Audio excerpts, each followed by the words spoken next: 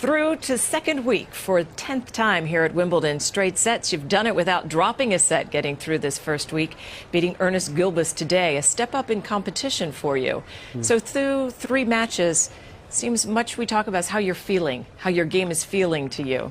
Your assessment? So far, so good. I've been enjoying the time spent on the grass.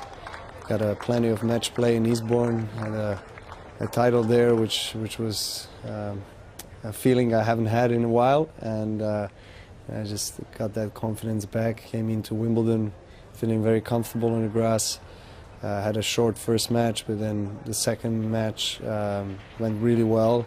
And I felt like as the tournament progresses, as days go by, I'm gradually kind of raising the level and quality of tennis. And today was a real test because Gulbis is very unpredictable, has a huge serve.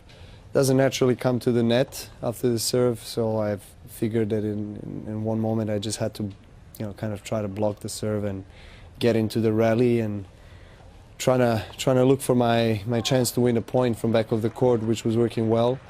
I think I won from 2-4 down 8-9 games in a row, so that obviously gave me wings for the rest of the match. Okay, you decided to play for the first time in a long time on grass the week before. Get some confidence. Tell me what the biggest transition on going from clay to grass is for your game being successful. Sliding.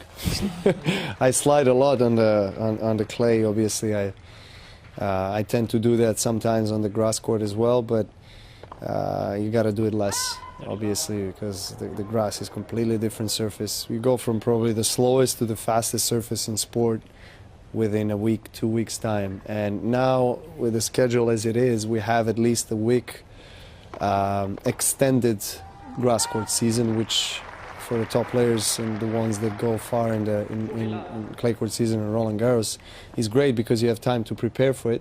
And it used to be, as you know, only within a few days' time from Roland Garros to Queens or Halle to kind of adapt, which is sometimes even a mission impossible. It's very difficult. So a lot of falling down. But I haven't had too many falls this year, which I'm very happy about. It means the movement improved, and yeah, I mean, so I think the grass itself makes you as a player be more aggressive, come to the net, have more variety with slice, and kind of fine touch, feel type of game. So it is very unique surface. We used to have 3 out of 4 Grand Slams just a few decades ago on this surface. Now it's only 4 weeks a year.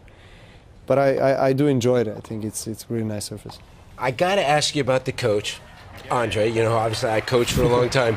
When you look up in the box today, I'm texting him, dude, get a hat. Look at this picture right here. Oh, my God. How is he not wearing a lid? Wow. Then watch a little bit later here, goes to the towel, and tell me about your agent.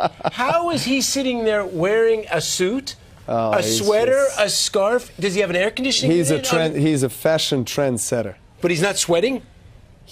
I don't know, but whatever is happening, he's not revealing anything because he's always stylish, elegant, and always very confident in himself. I love Edo. Andre, I don't know, Andre, after what I've seen now, I think he should put some sunscreen before he goes out so we don't get this kind of particular scenes on the screens. But why Andre? Do you know about the story with Bill Norris? Bill Norris, the trainer with Jamie Delgado, and that story from that year in Wimbledon when he went back and forth with players around. He did some kind of whatever, just fun jokes, bets, whatever, and in the end he lost a bet, Andre, and I think he had to invite the trainer, who was Bill Norris at the time. Great guy. And he was supposed to slap him in the face as hard as he can. And that was part of the bet that he lost. And so Bill didn't want to do that. So he said, well, I'm going to call you back and I'm going to make you, and it was not a sunny day, I'm going to make you put a sunscreen on my head.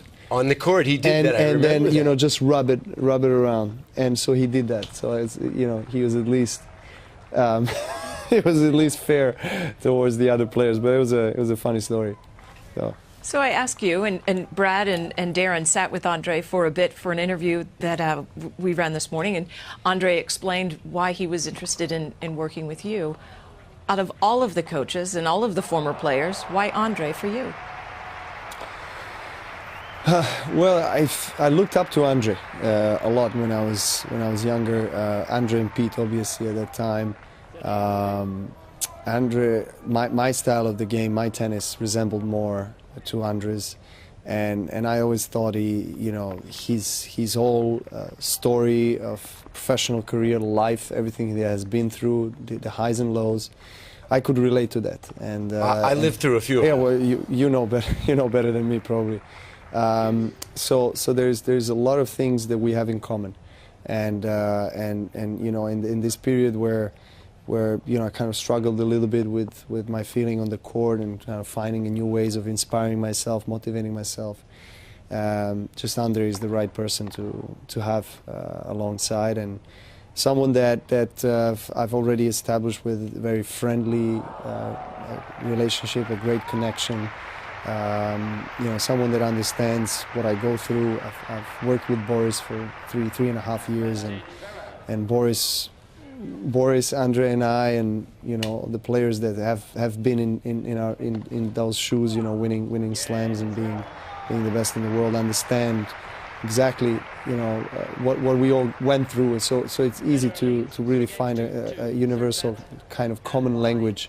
So he could and he can and he is helping me in a much more efficient way. But maybe not just what you went through, but where you're going.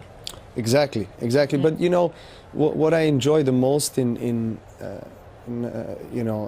aside of the fact that we can talk about 100 different subjects. And he can go for a while. He loves, well, right, anyway. But what I enjoy the most is that we're really trying to direct and kind of focus all our attention to the present moment. We really, we're not spending a lot of time talking about what comes next in 3-4 weeks or what's the plan or this and that. It's just trying to get the most out of this moment, which is right now Wimbledon for us, and we have Mario Ancic on board as well. He's a longtime friend and also someone that has been a top 10 player, someone that I share a lot of good quality times with in the past. So there's a lot of good synergy around, and I'll try to get the best out of it. We'll take one more look at the bald head of Andre. And when you hit a few balls with him, stay away from his backhand. He can oh my gosh. Steffi, if you're watching this. He can still rip the backhand though, huh? Oh my God, yes. The backhand is still there. You can wake him up in the middle of the night, the backhand, he's not going to miss a backhand. Novak,